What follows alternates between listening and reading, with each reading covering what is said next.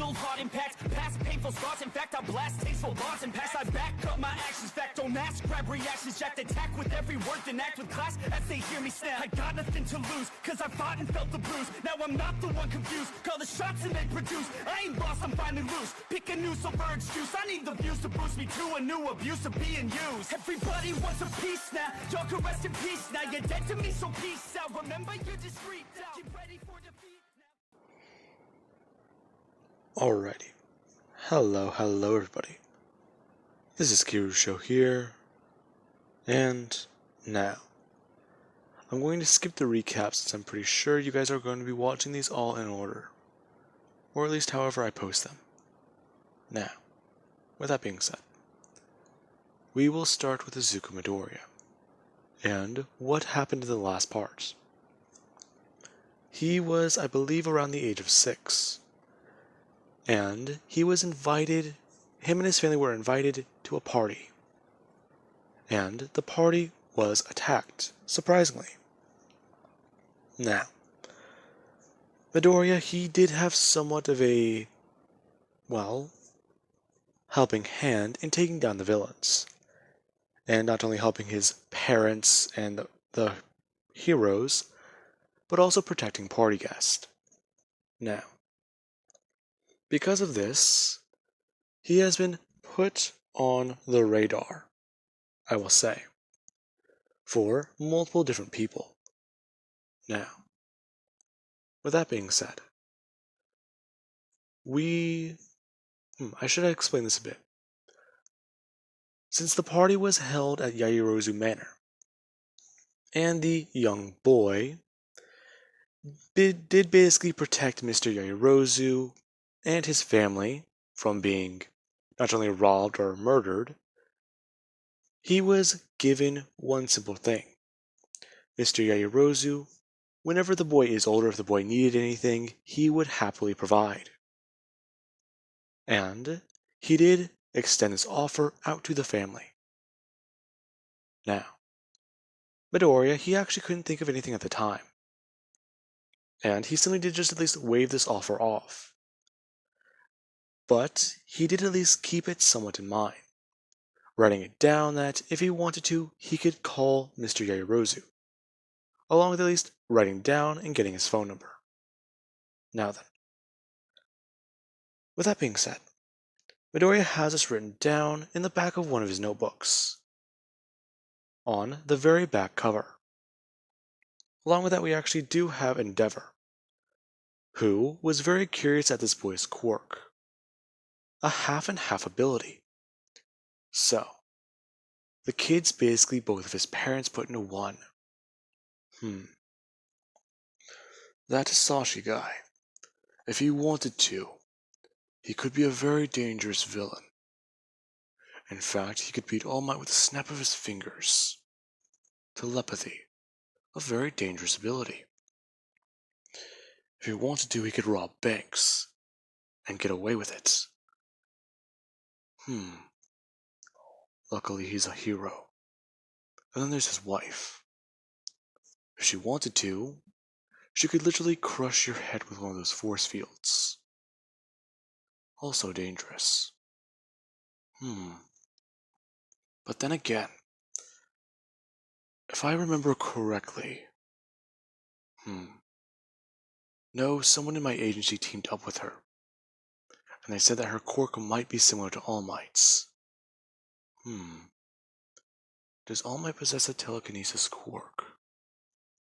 If so, that'd be very interesting. If this kid possesses both those quirks and he were to get into the family, I wonder what the quirk of the offspring would be. Someone like All Might, and someone like my daughter. Possibly godlike.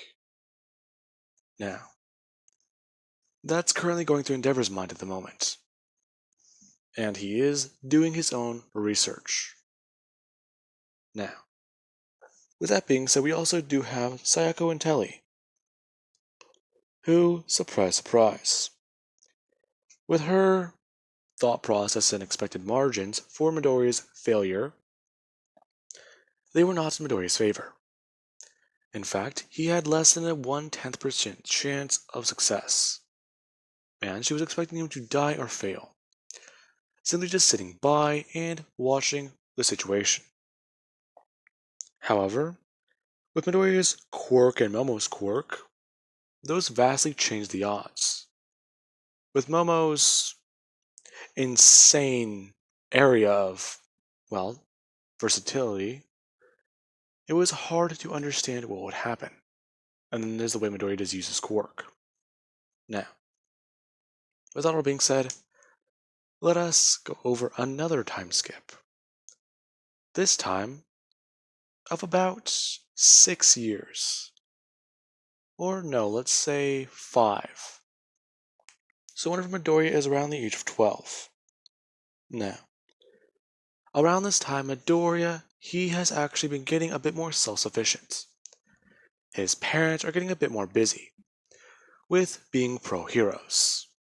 He does still train with his parents, have dinner with his parents, and talk to them a whole lot.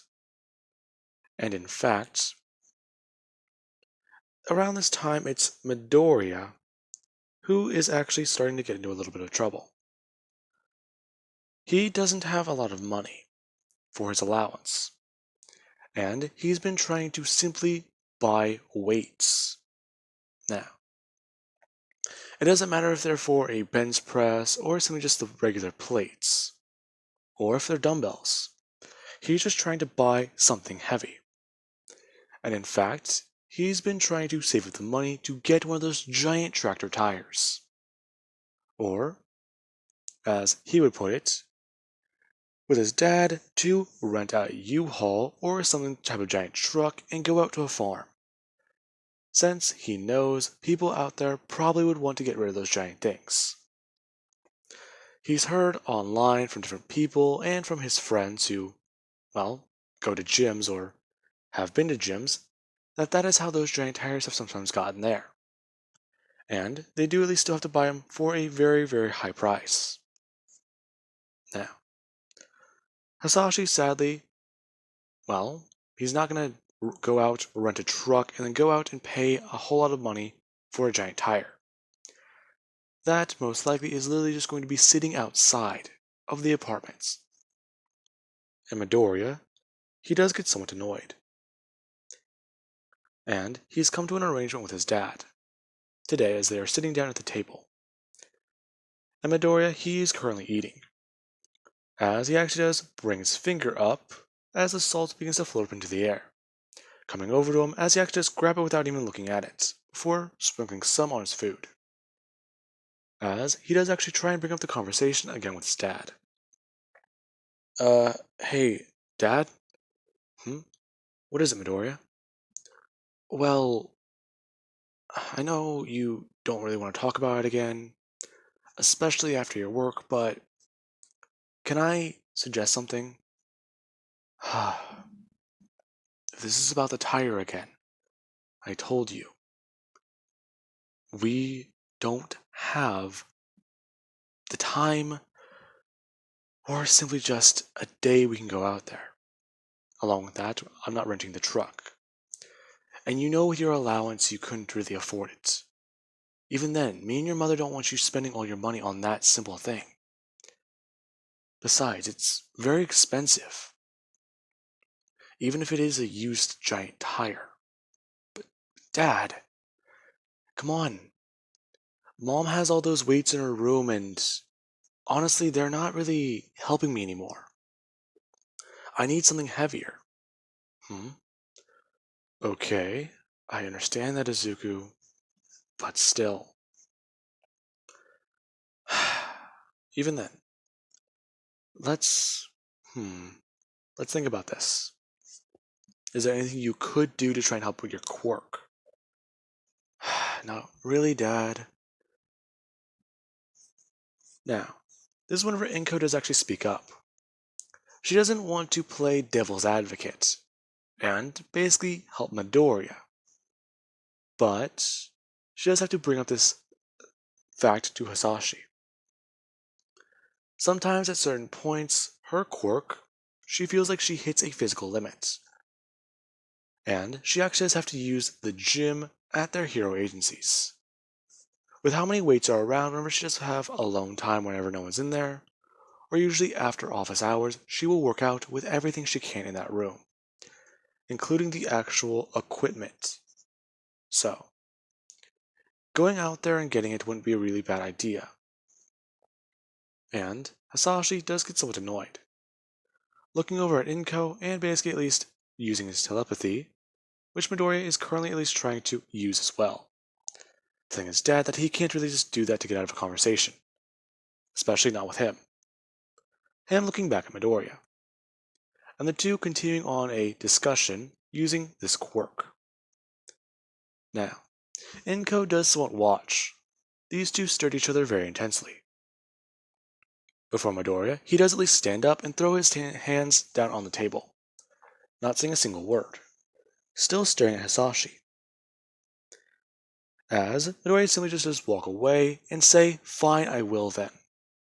After a minute. Now, Inko's very confused, watching Midoriya go to his room before turning back to Hisashi. Do you mind filling me in on what was that? Okay. Jeez. That kid was so much like me whenever I was younger. What do you mean by that? He doesn't listen to his parents, first off. But anyway, me and him talked about it. And, well, I told him if he wanted to go out there and buy it, then he'd have to pay for the truck. He'd have to pay, well, for everything. And in fact, if he could get it shipped here or sent here, he could do that as well. Anything he can do to even get the tire here, he can do. However, he'd have to cover the entire expenses. Don't you think that that's a bit too much? Do you even understand how much that would cost him? Enko, I know, but we can't just do that. Besides, people already seem to be a bit more uncomfortable with me as it is. They think that I'm always in their head. And in fact, even at our agencies, people think that we might spoil our son or teach him different things. I've heard some of the things going around, especially after what happened at that party. Okay, I somewhat understand, but do you really think that this is a good idea? Yeah, but I don't know how he's going to cover those expenses without a job. Okay. So, do you even understand if anyone would hire him? Probably.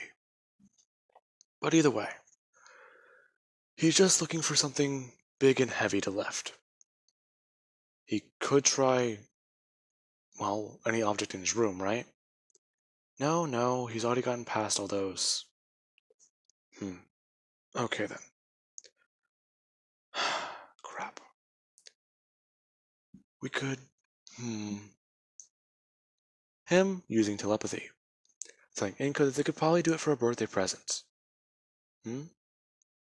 Well, yeah, but even then, his birthday's not for another couple months, and he wants the thing now. Okay, this complicates things.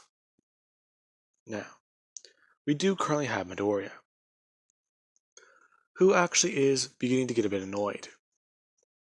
And he does sit down at his computer, beginning to try and look for a job. Now, just saying it right now, after about probably 2 hours of searching or even trying to look into it, no place would hire him. He's too young. And they don't think that he would be responsible enough to work hours the way he could. Even then, no place would hire him at his age. Now, this actually does piss Midoriya off, as we actually do have in his room, every object on his bookcase begins to move up, along with his backpack that is currently on his bed. Now, he actually does have all his things moving up in the air and spinning all at the same time. And he actually is beginning to try and think. What would work? What would work? Now, this is whenever there is a knock on his door. And as soon as there is, he actually does lose concentration. And a notebook thumps him in his head, before it does actually land on the ground, along with the sound of many other things hitting the ground as well, before somebody does actually open the door. And Midoriya does turn around to see them. Uh, is everything okay in here, Midoriya? Oh, yeah, I was just, you know, messing with my quirk. I'll pick everything up in a minute, okay? Okay, well, just don't stay up too late, okay? Okay, Mom. Now, with that, she does actually close the door. And Midoriya does actually get to quick work putting things back in their place. Now, after he does do that, he does actually go to scoot the chair back in on the computer. However, the chair does not move. And he actually does go to look down at his feet. And there is a notebook. Midoriya picking it up. Wow. Volume 5. I haven't seen this one in years. Now, Midoriya does actually begin to skim through the notebook. Oh hey, he wrote this down. Oh yeah, I completely forgot that fact about that hero. Midoriya going through it. And basically refreshing his knowledge over heroes. Or at least the ones that are in this book. Until he actually does reach the final page, where he does actually talk about something going on. Now, this page was talking about a different hero. And then Midoriya turns his attention to the thing written on the very, very back of his notebook. Mr. Yaoyorozu's contact information. Wow. Wait a minute. He owes me a favor, that's right. Wow. Okay, maybe he can get me the tire. No, wait. That seems kind of rude to just ask, out of the blue all of a sudden. Um, hmm. I was looking for a job. And if he does hire me, then at least I do have something sustainable. But what would I even do? Huh. Become a butler, probably. I mean, seriously. I couldn't imagine wearing one of those suits. It's probably itchy and chafy. Ugh. Even then, walking around and serving food to people? Ah. Here are your fish eggs, sir. Ugh. All that fancy stuff's kind of weird. Now, I'm taking shots at another series I've done, if you guys cannot tell, and I'm thoroughly enjoying it with a smile on my face. But yeah, all seriousness now. Midoriya, he actually just pick up his phone and call the number. Now, obviously it goes to voicemail with how late it is. Or, no, let's say a butler picks up the phone and asks exactly who is this. Midoriya saying his name and talking about how he found this number on the back of his notebook, and it says that Mr. Yaoyorozu owes him a favor. The man asking for Midoriya's name and exactly how did he get this number. Midoriya explaining it. And the man does actually hang up the phone. Midoriya confused. Okay, that didn't work. Now, the next day Midoriya does actually get a phone call. And he answers it. Now, he is actually talking on the phone with Mr. Yaoyorozu, who was very surprised that the boy reached out now. So what is it, young man? I do really appreciate what you've done for my family. In fact, I was wondering, why reach out now all of a sudden? Is there something you need? Are you in trouble with somebody? Do you need money? Is your family alright? Uh, it, no, Mr. Yaoyorozu, it's nothing like that. My family's fine and I didn't really call you asking for money. Well, I mean, I kinda did, but not the way you think. I was kind of wondering if you can give me a job? Hmm? A job? What are you talking about?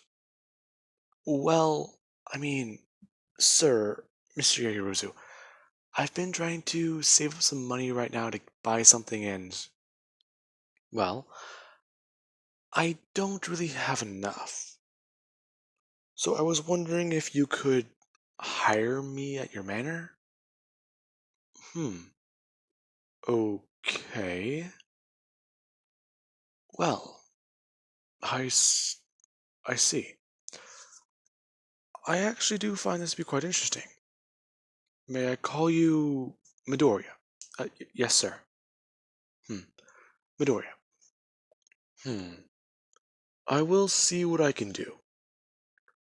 And thank you for at least, well, it doesn't sound very high class of me saying this, but thank you for at least not calling and asking directly for money. I do like seeing hardworking people and where they will go in life, and I can tell that you have very, very high potential. Keep it up, my boy. Now, this is whenever the phone disconnects. And Midoriya, after, let's say, about 3 to 4 days, so well, let's say a Friday, or no, let's say a Saturday morning, Midoriya does actually decide to go out. And whenever he does actually walk out of his house or his apartment, out of the front door or area, I cannot think, there is actually a limousine waiting. And it does catch Midoriya off guard. Whenever a man does actually ask if his name is Zuko. After he does respond, he does inform him that Mr. Yaoyorozu has sent a vehicle for him, and he is currently waiting to talk to him at the manor. Now, with that all being said, I do hope you guys enjoyed. And I do understand that half this episode was probably talking about a tire. But if you guys have ever worked out with one of those things, they are not easy to lift. They are if they're very old and used, but brand new ones, you could hurt yourself a lot. Anyways, I do hope you guys enjoyed.